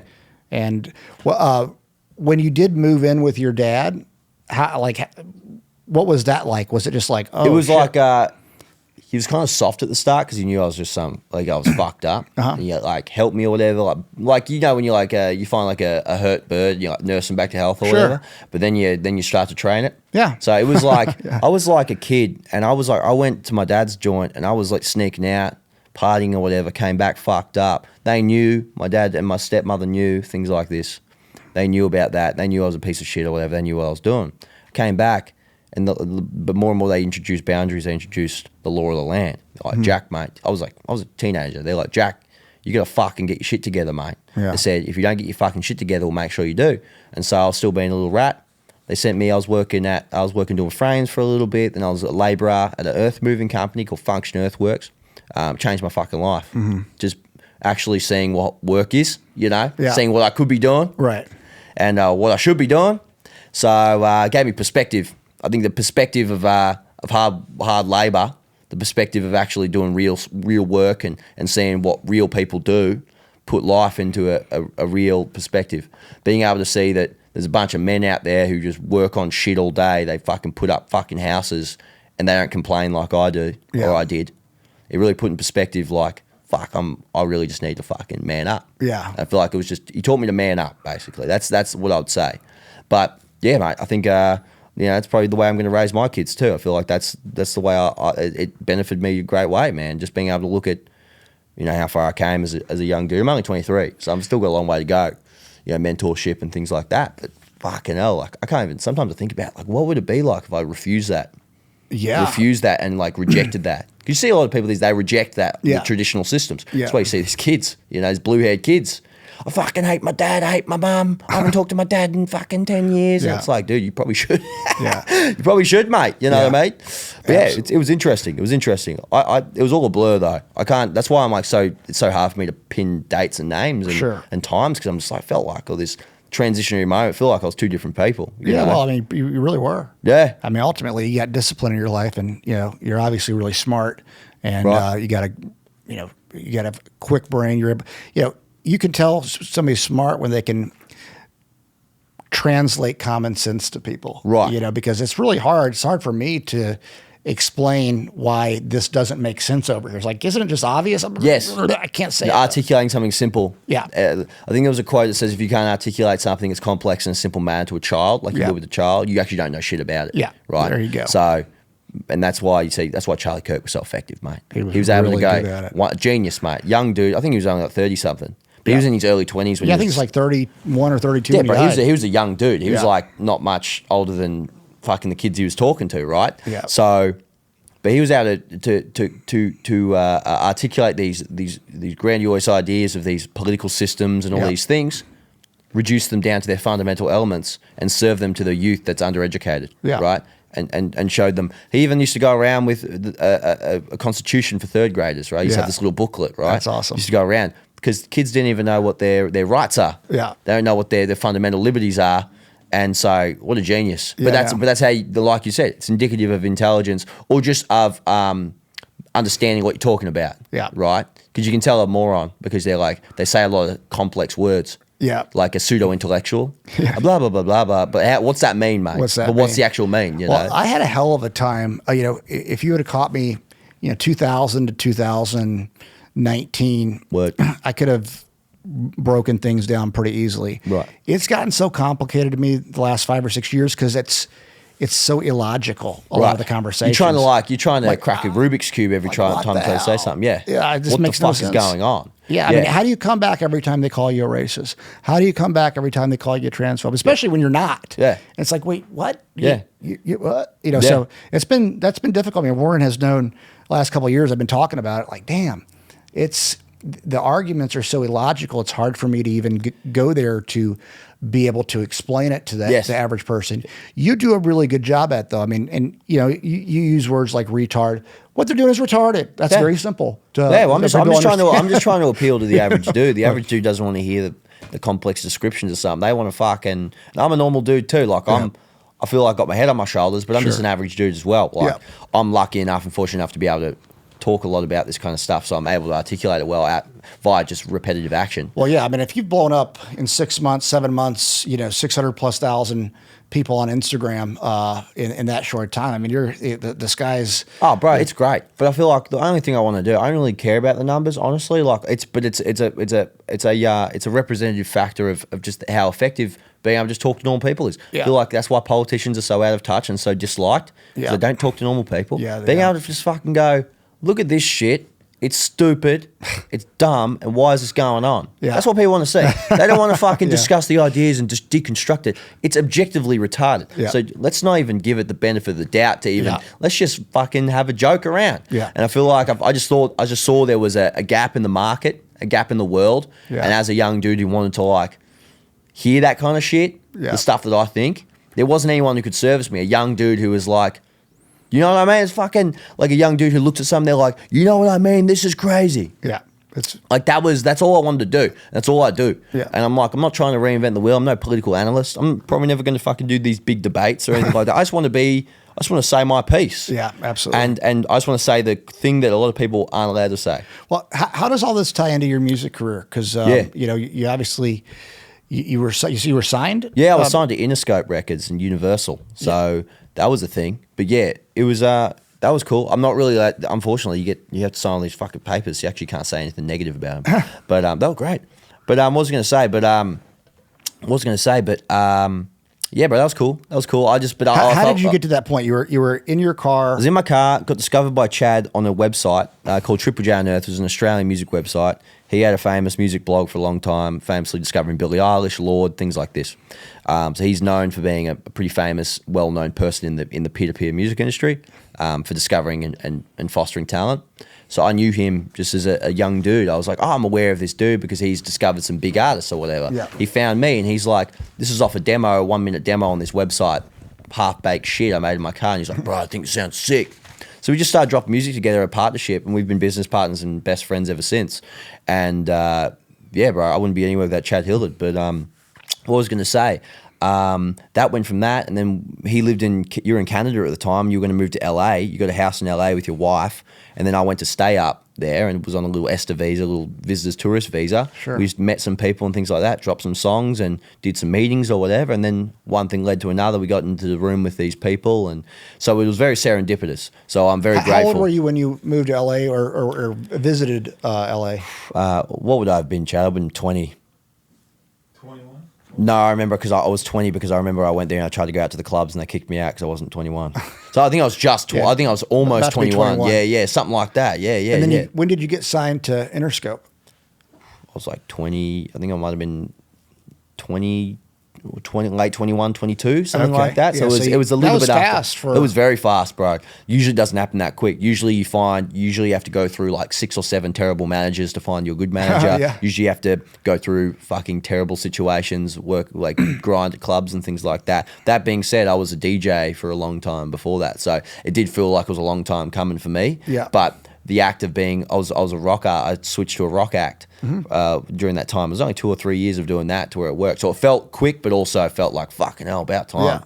I mean, and then when, like, are you still signed with? No, I'm independent now. So you're independent. Yeah. What happened, if you can talk about it? Yeah, we just parted ways. A lot of differences with things I say. Sure. Yeah. Did it happen after you started talking publicly? Yeah, it was right after. Okay, I can. So you can put two and two together, but yeah, like I wish I could say a lot of stuff right now. Yeah. But there are like papers that I had to like sign. Of course, yeah. And I will get sent to court. Yeah. I'm not trying to get you and to by say the way, that. this ain't me being woke and being censored, boys. This is literally me. Like, I'll go to business. jail. I'll actually go to jail. It's called you sign an NDA and you can't say anything. Yeah, but yeah. So all in all, there were differences creatively and. Yeah, I'm just trying to get the time. Like, so that, let's say, you started talking in March, whenever, sometime shortly thereafter, you're no longer with Interscope. It's kind of like a blessing, though, because now you're not like. Dude, I'm not hamstrung by anything. Exactly. The great thing, as independent business as well, you're able to just run it your way. I could fuck around. I could sign with a dildo company if I want to do a brand deal. I could do whatever the fuck I want. I could just do whatever the fuck I like. I can play whatever shows I want. I can organize my business however I want. I can hire who I want. I can say what I like. Are you familiar with Jelly Roll and how he got his deal? Yeah, of course. So, Jelly signed the best deal in the history of Nashville. He was big before. I've known Jelly for many, many years. I actually introduced him to his label. Oh, there you go. I was actually at a UFC party here. And right. Adrian Michaels, who's with BMG, is like, "Do you know Jelly Roll?" I'm like, "Yeah." He's like, "Can you introduce me?" And I'm like, "Yeah." I walked her up, and there was Jelly. I told Jelly ahead of time, and he brought his daughter in case he needed to leave. And Adrian was a douche, but Adrian's not a douche. He's a great guy. Preparing for the worst, as preparing artists for the do, worst, mate. Yeah, pull up the entourage. But and I got to see kind of behind the scenes that next year as they were negotiating that deal out. Yeah. And Jelly was so big before he signed with them. Oh, he's been big for a very long time, but he really skyrocketed recently. Yeah, well, when Save Me came out, I mean, that was like 2020, I believe, like June or July. And then he met Adrian in July. Yeah. But, BMG did an amazing job blowing him up. Right. Even bigger. But he was already, so like where you're at right now, I mean, you give it another year, you get all those social media numbers up, you'll be able to basically, make your own deal, write your own deal, if you even want to go that direction. Yeah. I mean, there are labels that can get you to the next level when it comes to worldwide tours and they can open up to the world market. You don't need it though until that point, because I mean, Jelly was, I won't say how much, but he was making a lot of money. Before that, by the rate that you're going, man, you'll be able to write your own freaking contract. Yeah, man. It's really interesting. We were talking about how quickly everything went up the past year. Like, I haven't made any money yet. Yeah. I'm still at my low key level. Like, the money you get from a label, you get a deposit, right? I'm still on the same deposit I've been on my whole career. Like, I'm really good with money, so I save money really well. That's one of my things I pride myself on. One of the things I learned from my dad, by the way, money, one of the manly traits, being able to run your own finances. One of the things I learned before I moved in with my dad, I was the shittest with money. Fucking dad taught me how to run money. Legend Dad. Dad, if you're watching this, mate, fucking, what's going on? I'm sure he's proud. Yeah, he probably is. I think he watches your thing. But what was I going to say? But bro, it's crazy how quick things change. Yeah. But right now, dude, I'm like, I haven't experienced anything. So I hear these people, they're like, these guys make all this money. I'm like, dude, I live in the hood. I pay $400 a month rent, dude. Yeah. I'm like, broke. And it's like, but it feels great. Yeah. But it's like, I know I'm on the doorstep of some crazy shit. Yeah. I feel like it's great to not get rich quick. But there is so much like freedom that comes with having all this, the notoriety. Yeah. Because you have leverage, like you said. You can write your own deals. You can do these things. But I feel like the modern industry's changed how artists are perceived, especially now that artists can blow up on social media and have the power of their business in the palm of their hand. And even if a label signs them, they don't have control over that. When that artist is old, they own their million people that follow them or whatever. So like, no one can ever shut me down and cut my supply off to my audience. Yeah, buddy. And so I can always communicate with my fans. And the only thing I care about is communicating with my fans. Yeah. That's the only thing I give a shit about. I don't care about how much money I make. I don't care about how rich I get. I don't give a fuck about any of that at all. I don't care about sponsor deals. Yeah. All I want is to be able to service the people that care about me. Because they're the only reason why I do this. How to get people like the fans on Instagram, and I don't have a TikTok. You might be on TikTok or TikTok. X. But to get them on a platform like an email or text Email list that or a you text control, list. because I mean, right now it's good, but I mean, I got shadow banned for 4 years On what? on Instagram. Oh, bro, fuck. I had like 10 people watching my videos. It was awful. Fucking hell. There's nothing worse. Oh, bro, they crushed me. That was, it was a When rough was this? time. 2020. Oh, that makes sense. I mean, that was the height of that. It came out recently that all these companies were actually getting told to censor oh, people. I know. I mean, Like YouTube recently. Imagine like March 15th-ish, the U.S. shut down. March 15th-ish, 2020. I was calling bullshit at the end of March. And that was probably the first person that I know on the internet saying this is fucking bullshit. Oh, yeah, and you got balls to be doing that in 2020, bro. bro. And they Because completely you were Hitler when you said that. Oh yeah, I got kicked off of YouTube. Yeah. Because everyone was convinced that everybody who thought like that was like wrong. Like it was actually a thing. Crazy. You were wrong. You just want people to It's wild. die. You want people to die. And granted, now, so I have like a lab right now in Mexico. We make what's called autologous, meaning from the patient's own tumors, autologous vaccines. Right. I know a lot about vaccines. We're a vaccine maker. Oh yeah, So it's you're like, in the come field on, to which you're getting propagandized by, right? Exactly. And, I'm talking to scientists that we have. We have 16 full-time PhD scientists that work Right. for us, 42 medical doctors. So I'm talking to the crew, and we don't agree on everything, but they definitely see my side. Right. And it was definitely opposite of what was being said Right. publicly. And so, yeah, man, they crushed my reach. And it was pretty depressing.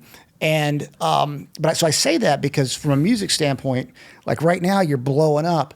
You got to figure out a way to get them on something you control, like an email or a text list, Yes. or I don't know much You never about know when Discord. they're going to cut your supply off You from the never source, know. right? So, and imagine that you're building this awesome platform, which you got 3 years to do it. But I mean, this administration, you're going to be good. But then they cut your legs off, and that happened to a lot of people. Oh, yeah. Where all of a sudden They kneecap you have you. no reach, you can't get to the people. Yeah. It's like you don't own it. Yeah. So just Yeah. I mean, I'm not telling you what to Instagram's do. really good right now because it's very, very nice. It's You very can say good. whatever the fuck you've probably been going good on there too. Like it's just been like you can say whatever the fuck you like. TikTok's different because Yeah. it's run by Chinese corporations, so you can't actually say certain words. And you get They want you to say certain things. Oh, but yeah. they don't want you to say other Dude, things. it's ridiculous. Like I can't grow as quick as I can on like TikTok's the only platform we can make money off the individual video, right? You can post a video, get a shit ton of views, you can actually make a lot of money.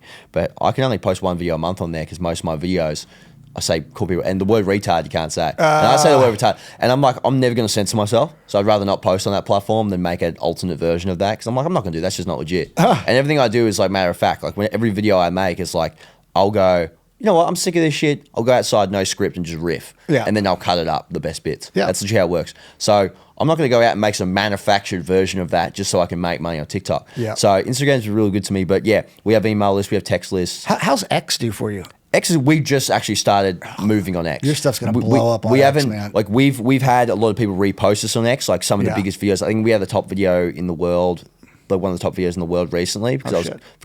Chad, what was the video that went crazy recently? It was talking about how the left has become uncool, I believe. One that liberals lost the culture war. Yeah, that one. It hasn't gone that crazy. No, it was on the dude. I was looking it up. It was like 500K views. no, but it was on the charts of like some of the top videos when it comes to that. Yeah, it was trending.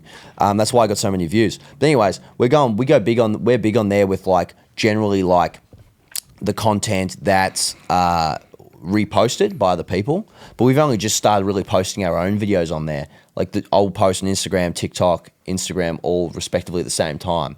And X has just started moving, but bro, I didn't even touch it. Just wait till like Elon retweets you or whatever Right, it's called now. dude, It's coming, man, for you. Dude, the thing I had to learn, because I'm not usually on Twitter that much, I think it's a cesspool. So sometimes I go on there and I'm like, holy fuck, so I'm like, fuck. But I had to learn how to like talk, like do my captions on Twitter. Like I had to reevaluate how I post my shit, because you got to put this like cool caption on top of it and shit. It's a completely different platform, you know. You got to say some shit like the left wants you to do this. But yeah, bro, it's cool. But things are going so crazy, bro. Let's hope I don't get blacklisted. Yeah, well, not anytime soon. But yeah, I think you're gonna really blow up with that. What about like for your music? What are your goals in the next like 12 months, 24 months? We're just going to drop songs for my fan base. And we recently dropped a song called Easy Ride, and that's going really well. I make songs that kind of sound similar to like Kid Rock or Beck or kind of rock, kind of hip hop stuff. That's kind of my... Have you met Kid Rock yet? Not yet, bro. He's I know a lot you'll of people meet know him. him, and he's a cool motherfucker apparently. So he's one of my favorites of all time. Cowboy's like one of my favorite songs. But what was I going to say? But people always can put me in with those guys, and it's perfect for an audience like mine because they're kind of fans of those kinds of people. But I just drop songs and I'll promote them on my Instagram, on the same platforms that I'll do my social commentary and do a 50-50 split, bro. Mm-hmm. Some people follow me because I say funny things, and some people follow me and listen to my music, and that's what I'm talking about. My main goal right now is trying to like convert a lot of the people who follow me and show them my music, because a lot of people actually follow me because I say a funny video goes fucking hella viral, and then they don't know that I make music. Yeah, just wait till you start putting out this great music and it's connecting. Yeah, I just want to be cultural, and there's nothing more rebellious as a conservative dude than to enter the music space. Yeah. Because that's the culture. Conservatism's like the new punk rock. Oh, dude, it's crazy. That's what it is. Yeah, well, it's counterculture. Yeah. It's saying the wrong thing. Yeah. Saying the wrong thing because it's the right thing. And so, yeah, it's great, but it's becoming really popular. Gone are the days when you have these like conservative patriot rappers who are kind of corny, right? Right. It's like conservative music is just music that's just unapologetic. And that's just fucking cool music nowadays. Absolutely. I'm sick of watching, modern day media. You watch movies, you listen to songs. I can't help but watch a modern day movie and go, if I met the creators or the actors in this movie, they'd probably hate me. Yeah. So I don't want to watch it. Yeah. Or I don't want to listen to this specific artist who writes this song because they probably wouldn't like me in person. And there's some disconnect there. So there's a giant market. There's a giant chunk of people, a giant cohort of people who are sick of modern media propagandizing and browbeating. Yeah. They want artists to have controversial viewpoints outside of the music so they can feel represented. Yeah. Because I don't want to listen to an artist who I know would hate me. And my fans feel the same. They listen to my music because they're like, SLOE JACK makes dope tunes, but he also would vouch for me in a situation. Yeah. He would have a beer with me. Right. And I feel like people forgot about I would have a beer with this bloke factor. Yeah. You know what I mean? That's why Trump's so popular. Cunts will be like, I'd love to just listen to what he's got to say, have a beer with the bloke. And that's a big deal for men, being able to listen to artists they want to hang out with. That's why Fred Durst was so massive back in the day, Limp Bizkit, because you're like, that dude's just cool. Yeah. He's a cool dude, But I feel like music has become so lame and a shell of what it used to be. All the edge of punk rock's gone. Well, it's more of the authenticity thing. I think it's becoming inauthentic. Yeah. And I mean, I look at my friends in country music, and that's why country's blown the fuck up, by the way. But before I was asking, like, man, like write protest songs, right? Like write something besides pickup truck beer and we broke up and and now you're starting to see it more. I mean, you're actually seeing a lot of country artists that are now publicly conservative. The record industry in Nashville is liberal. I mean, that's what people might not realize. Most of the artists are conservative, but the industry is very liberal. So they were told, oh, you can't say this, or you can't do this song. The artists are the only ones who want to be real. There's like this bureaucratic class in the music culture, the A&Rs, things like that. They're just like kids who went to music school. They're like rich kids who went to Belmont or whatever. They went to Berkeley and they wanted to be artists, never did it. And they become these paper pushers at these companies. Right. And they have these liberal values that aren't shared with the rest of the world. The average person isn't a hard liberal. The average man isn't a hard liberal. The average artist isn't anymore. The average artist is like pissed off because the economy's so fucked that we can't ever make a paycheck, and we got these browbeating culture vultures trying to tell people how to be, and they don't even make songs. And so artists these days, we're sick of it. We want to be outspoken. An artist naturally has an inherent desire to say the wrong thing, to be polarizing. It's self-expression. And I haven't met a single artist who's a true artist that doesn't want to be real. You know what I mean? Yeah. So you see this industry, I've got a show tonight, but the history of this show has been hilarious. Like trying to find a venue that would host us was like pulling teeth because they just block out people they disagree with. There's only, about the industry in Nashville, there's a handful of people that run this show. Yep. They hold the keys. They're old motherfuckers, old liberal fucks. Yeah. The same people, same promoters. They hate people like me. They hate us. And it's crazy. It's so hard for a conservative artist to just get a chance to find a freedom of speech platform to where they can sit upon and say what they like to say. These people own the game. It's like when you're playing basketball with your friend, you own the ball. I quit. It's my ball, my rules or whatever. That's how it feels. So that's just going to create more of me, create more of us, because no one wants to play by those rules. Well, I'll introduce you to everybody that I know, and you'll be able to get, obviously you know Hollis, but you'll be able to get into a lot of venues. So oh mate, I have no problem. I'd appreciate that. We got in the 8th room for this show tonight, and bro, it was the fact that they raised their hand was fucking massive, mate. Dude, the 8th room's so awesome too. Dude, it's great, dude. It's like it feels like I'm going. I feel like Jimi Hendrix will be in the back smoking crack or some shit because it's like some 1960s shit. Like it's neon lights. You know what I mean? It's kind of sexy. There's no screens. Yeah. And that's the cool thing I've noticed about a lot of Nashville venues coming from the big cities on the coast. Yeah. There are a lot of places that have no LED screens, a lot of tube lights, a lot of natural light. So you go to these places, they just have stage lights, good sound systems. They put an emphasis on good sound systems. It's fucking mint. I'm playing there tonight. Did sound check the day before, did rehearsal. Mate, it's lush. Yeah. It's like velvet, and here it is. I've never been in a place like that. There's no stimuli, there's no screen. No visual, like looping gif of like some shit. SLOE JACK. Like it's just like a curtain. Yeah. Bro, it feels like old school. Yeah, no, Hollis has done a great job. It was called, genius. What was it called before? Yeah, it was called Douglas Corner before. Douglas Corner Cafe. Yeah, that was there forever. A lot of great music. No, he was telling me about how by the time he bought the place, it was gutted and there was like holes in the walls and he had to redesign the whole place. He was telling me about the roof, how it had these tiles on it. And he peeled back these tiles and there are these beautiful like struts like holding up the roof. And it's perfect for a venue because it diffuses the sound. Yeah. So he's kept it raw, but he's added all this cool texture to it. It's got the exposed brick. It's fucking wonderful. But it's got this great sound because all the walls are rough and jagged. So it has this like diffusal effect. Yeah. And you go to these other venues, they've got these painted black wooden walls and they're like everything bounces off each other.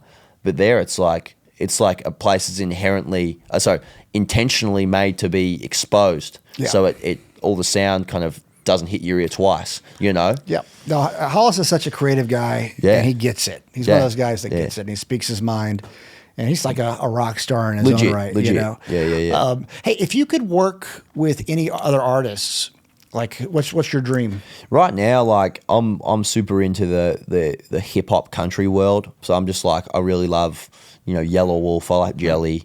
I love Kid Rock. I love all those guys, man. I'd love to work with Limp Bizkit down the line. I just like dudes who got attitude, mate. Dudes who got attitude, got their own story to tell. I really resonate with Jelly Roll because of his story and his history. I know a lot of people grew up like him. I know a lot of people I've lost who are like him. Yeah. I grew up in a similar experience. So I resonate with people like that. I just don't. I want to stay away from the pop world. I just want to stay away from I like the movers and shakers who did it their own way. That's awesome. And people covered in talent, like Posty, all those people. Just people just like do everything on their own terms, mate. Just so happens they're all here. So sick, very mate. nice. You're the perfect seat for it. Good on, but nah, bro. I just think it's an exciting time to be an artist. Perfect time to be someone like me, young dude. God forbid I had to do this in 2013. You know what I mean? Good thing I'm 23 now. Yeah. It's perfect. You know what I mean? Yeah, sky's the limit. You just got here in September. You're going to meet everybody. Oh, bro. And, it's already been crazy. I could tell you'll probably be on stage with Jelly Roll one day. Oh, bro. Have you met Yellow Wolf? I have. I actually met him the other day briefly. Okay. Him and I think he hit me up on a text. He's like, I'm going to come over to my house for dinner or some shit. Perfect, yeah. So that's cool. He's a good friend. He's awesome, dude. Have you met Edward Crow? Edward Crow. Edward's Yellow's manager, was Wolf's manager. No, I might have, but I don't think so. He's the best, too. I think I met Jim Johnson as well. Do you know Jim Johnson, the producer? I don't know him personally. But I met him. That's where I met all those guys. Oh, nice. Struggle Jennings? Have you seen Struggle? I love Strug. Dude, Strug's one of my good homies. Yeah. So he's one actually the first people I met. So that's what I was going to mention Strug when you brought up Jelly Roll. But, not Strug, sorry, Scatterbrains. You know Scatterbrains? You know him? Not personally. So I don't know Strug. So that's my bad. I know Scatterbrains. He's good friends of Strug. Scat's him and Jelly Roll's like right hand man on their come up, but Scat's a great dude. But no, I don't. I've met Strug briefly. It's my bad. I got the names confused. No, it's all good. Well, you're going to be being in Nashville. The main thing I can just tell you from growing up here, it's be honest. Yes. Try to do the right thing. Yes. Keep your word. If you say you're going to do something, do it. On a code And shit. if you can't do something, acknowledge it. Right. And Nashville, like the real Nashville, is about being a good person. Legit. I mean, and it's simple. Well, that's what I've learned. One of the things I've learned about Nashville, it's all about you getting out, hanging out with people you care about. Exactly. Meeting people. I go out all the time. I go drink with the friends and meet people. And one of my favorite things is like kind of I love Printers Avenue, Printers Alley or whatever. Yep. I love hanging out at the Blues Bar and Skulls cool, and things man. like that. It's one of my favorite places to be, but hanging out with the boys there. But one of the things I've learned, like you said, there's an honor code. There's a level of consistency you got to have in your thought and being honest, just being earnest as well, being able to kind of own your flaws, being able to say this is who I am, and hold to your word like you said, but also be the type of person that comes out has a beer, has a laugh, has a yarn, and that's what it's about. You know what I mean? Absolutely. And it's way different from the Soho houses of other places. You know what I mean? Yeah, it's a lot. It's different lovely. than that. But no, this is exactly how I want to live my life too, because this is how I've been raised. Like I grew up sitting under the table at bars while your uncle and things are having beers at the pub, and you're eating fucking fries and ketchup on the floor and sitting on the cross leg of the floor, you know. So that's kind of I've always grew up around the bars and the culture. So this is perfect, mate. Yeah, man. You guys have done such a great thing with the city. You know what I mean? It's growing like crazy. Sometimes it's too big for its own good. Sometimes. Yeah, we got to keep the culture. But that's the part that's getting. We got to fight for that. But that personal culture, the bar culture, the drinking culture, they're so integral to this place. Yeah. Can't lose that shit. Yeah, can't lose it. The rough party culture, all that shit, mate. The stuff was just a bunch of dudes who fucking dress like normal dudes. They go out and drink normal beers like normal people and say normal things. Yeah. And they're normal. And it's just fucking sensible, good people. You know what I mean? It's like larrikinism. It's like, reminds me of an Irish pub you go around here. It feels like you're in Ireland going to the pubs, you know? Yeah, that's how it is. It's like some real shit. Have you been to Losers yet? Love Losers, yeah. Okay, yeah. So that's... it's got Winners as well. Actually, next door was Winners. They changed it to the Duck Blind. Right. But Steve Ford owns that place. Right. I got hit up by one of the dudes at Losers. I don't know if it was Steve or someone else, but we were actually supposed to do a tour of Losers, but the guy who runs the joint had to fly out of the country, had to do some stuff. It might have been him, I don't know. But I'm not going to name drop if I don't know. But I was going to say, but yeah, we're supposed to do a tour of that place. They're stoked on my shit too. So they're one of the legit spots. Steve would love your content. But, yeah. I've known Steve since I was 13. He was, I kind of give him a hard time. He was a Taekwondo instructor at Mid-American Taekwondo on Nolensville Road.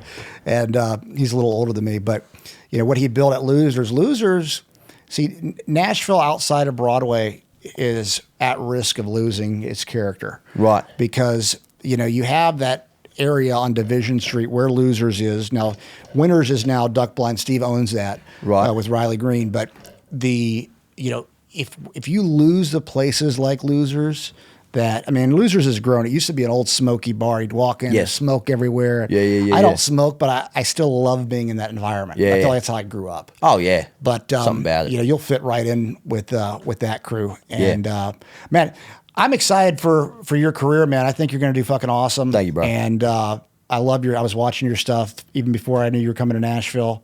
And yeah, I'm a fan. So if I can do anything to support you, just let me know. Thanks for having me on, bro. This has been a great time, man. I'm glad we know similar people. I'm glad we're in similar circles. We're gonna have to link up sometime and chop it up. But bro, it's fucking been a pleasure, man. Pleasure, man. I got a big show tonight, so my head's everywhere. So It's I'm all glad. good. I hope I've been coherent. I love to watch back of the footage and go, was I? Because I had a few beers this morning, having a bit of a coasting this morning. So I'm like, I'm going to look back at the footage and see if I was fucking coherent. Sometimes I go on podcasts and it's like, what the fuck was I talking about? Yeah, no, you were perfect. Man. Thanks, bro. It was all good.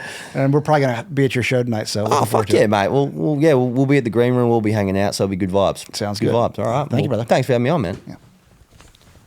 All right, man. Thank you. Cool. Sick. Bro, that was a good time. You're very coherent. I don't know what Oh, yeah. Bro, because I'm like, in my head, because I'm an artist, I got a million different